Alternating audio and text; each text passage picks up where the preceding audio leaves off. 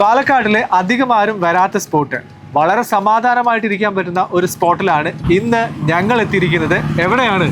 Rock ഗാർഡനിൽ. പ്രത്യേകിച്ച് ഇതൊരു ലവ് സ്പോട്ട് കൂടിയാണ് കേട്ടോ, കപ്പിൾ സ്പോട്ട് കൂടെയാണിത്. നമുക്ക് എന്തായാലും റോക്ക് ഗാർഡനിലേക്ക് പോയാലോ?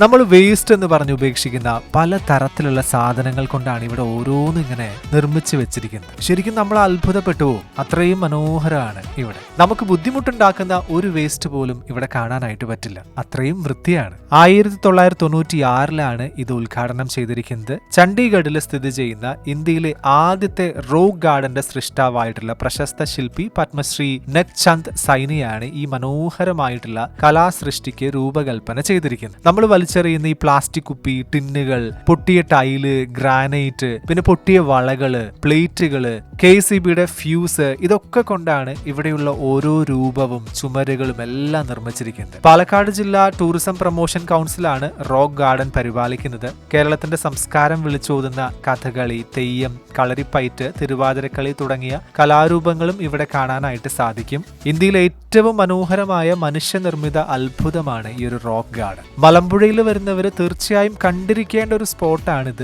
ചെറിയൊരു എൻട്രി ഫീസ് ഉണ്ട്. മുതിർന്നവർക്ക് 25 രൂപയും അതുപോലെ തന്നെ കുട്ടികൾക്ക് 12 രൂപയാണ്. ഡിജിറ്റൽ ക്യാമറ അകത്തേക്ക് കൊണ്ടുപോകണമെങ്കിൽ എക്സ്ട്രാ ഫീസ് കൊടുക്കേണ്ടതുണ്ട്. വൈകുന്നേരങ്ങളിൽ ഫാമിലിയായി വന്ന് പാലക്കാടൻ കാറ്റൊക്കെ ഏറ്റ് സമാധാനമായിട്ടിരിക്കാൻ കഴിയുന്ന ഒരു ബ്യൂട്ടിഫുൾ പ്ലേസ് ആണ് മലമ്പുഴയ്ക്ക് അടുത്തുള്ള റോക്ക് ഗാർഡൻ. ഇതുപോലെയുള്ള വിശേഷങ്ങളുമായിട്ട് ഇനിയും വരാം. അത് കാണാനായി പേജ് ഫോളോ ചെയ്തേക്ക്.